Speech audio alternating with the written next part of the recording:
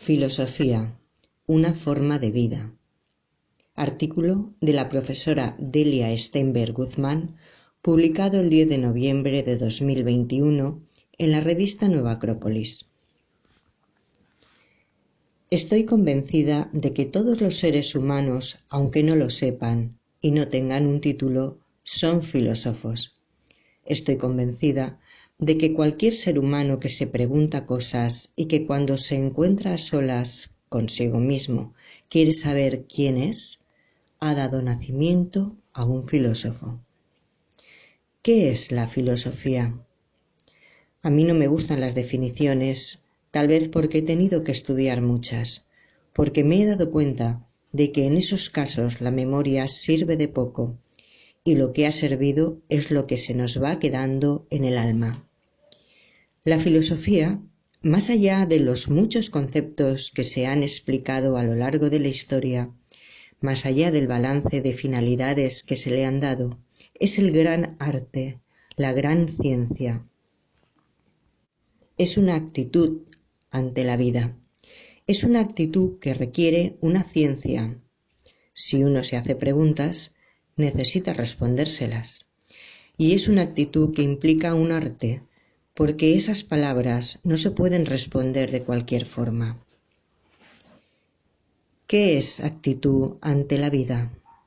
Es ir por ella con los ojos abiertos.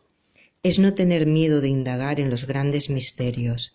Es no tener miedo de mirar en el universo y preguntarse por él, por uno mismo, por el ser humano.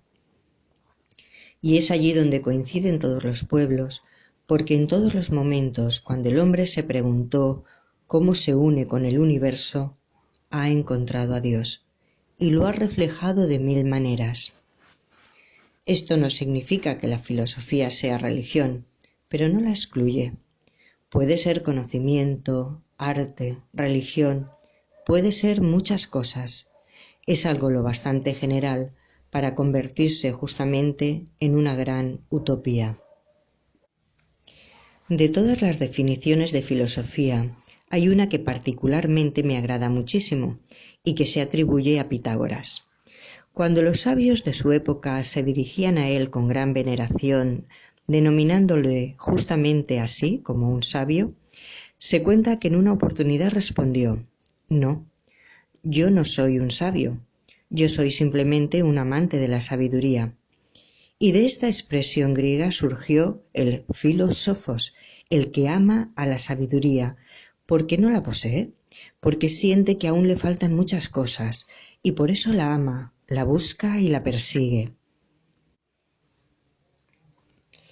Claro está que llamarnos a nosotros mismos filósofos nos lleva a compararnos con Pitágoras, y nos queda demasiado amplio. En todo caso seríamos filósofos. Muchos intentos de acercamiento, mucho amor y muchos escalones para llegar a ese amor, como lo llamaba Pitágoras, que es amor a la sabiduría, inmenso motor que nos hace ir hacia lo que nos falta, hacia lo que necesitamos. Platón decía que no amamos lo que tenemos, sino lo que nos falta. Justamente el amor nos lleva hacia aquello que nos hace falta, aquello que nos completa, aquello que nos perfecciona. Percibir que hay sabiduría y que no la poseemos es magnífico, porque eso nos mueve, porque ese amor es lo que nos hace salir, nos hace romper las barreras del egoísmo, esa barrera de lo que yo quiero, lo que a mí me gusta, lo que a mí me preocupa. Porque cuando se empieza a mirar al universo con otros ojos, se abren muchas puertas, puertas interiores, pero también muchísimas exteriores, y hay una gran posibilidad de entender a las otras personas en la medida en que uno se va entendiendo. Hoy, tal vez, a muchos siglos de distancias de Pitágoras, de aquellos filósofos considerados utópicos, la filosofía en líneas generales es algo bastante diferente. Lo he experimentado de manera personal estudiando en la facultad, como una insatisfacción permanente. Hoy filosofía es algo muy abstracto. Son muchas palabras y muchos conceptos difíciles y cuando la gente se queda con esta idea de filosofía, huye de ella. Hoy filosofía es casi historia de la filosofía. Es un repaso a todo lo que han pensado todos los filósofos de todos los tiempos. Eso sí, acatando ciertas normas, porque en todo momento hay filósofos que son muy buenos, muy notables, y hay otros que son prohibidos, malos, nefastos. Pasarán unos años y los nefastos serán los buenos, y los que se consideran buenos pasarán del otro lado. También la historia de la filosofía tiene modas. Hoy, la filosofía no se considera algo práctico, algo útil para la vida. Esa idea de falta de aplicación, esa idea de que la filosofía es una utopía, de que no sirve para nada, ha hecho que la gente intente evitar la filosofía de la misma manera que el que no ha aprendido a vivir intenta evitar el estar a solas consigo mismo. Hay mucho vacío interior, mucha inseguridad, y no debe extrañarnos en absoluto que haya tanta corrupción, tanto desorden, tantas catástrofes naturales, porque cuando el ser humano no encuentra un eje dentro de sí mismo, no tiene cómo salir adelante.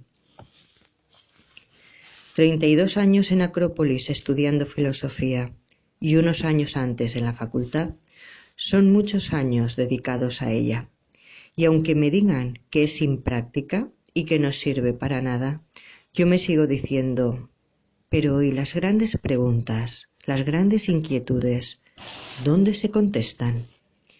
¿Qué hacemos con aquello que nos asalta cuando uno se encuentra a solas consigo mismo? ¿Y por qué la vida? ¿Y por qué la muerte? ¿Y por qué el dolor? ¿Y por qué envejecemos? ¿Y por qué nos pasan las cosas que nos pasan? ¿Por qué hay sufrimiento? ¿Y por qué se puede pasar del sufrimiento a la alegría y de la alegría al sufrimiento?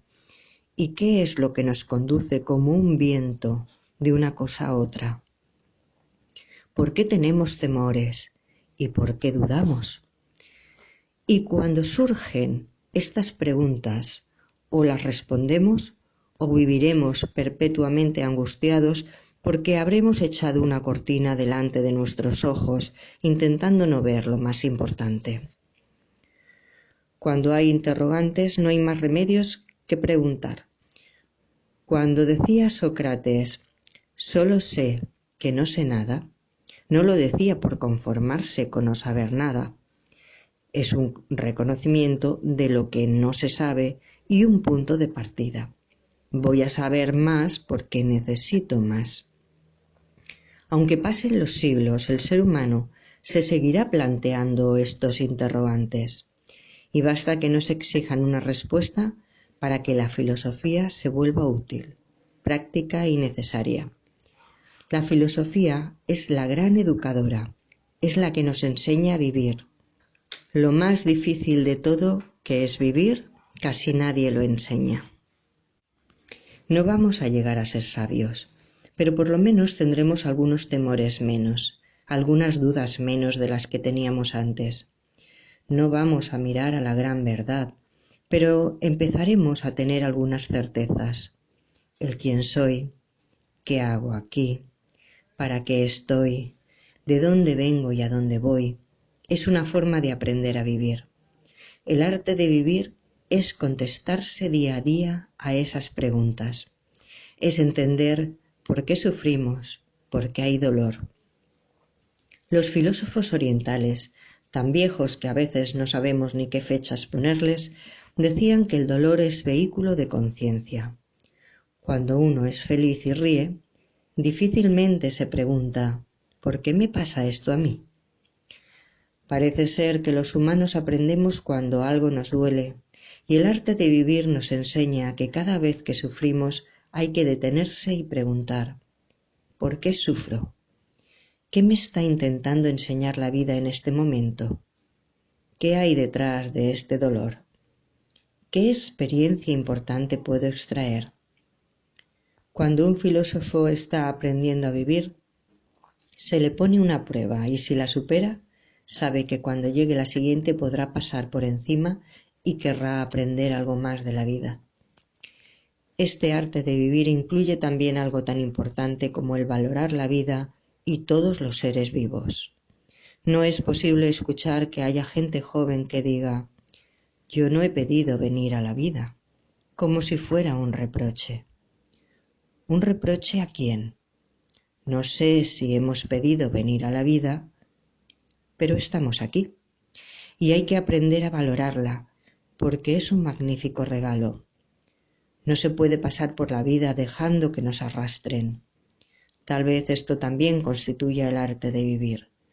En lugar de ser un tronco de árbol a la deriva en un río, tener la capacidad de construir una barca con el tronco, unos remos, y poder dirigirnos a nosotros mismos a través de la corriente.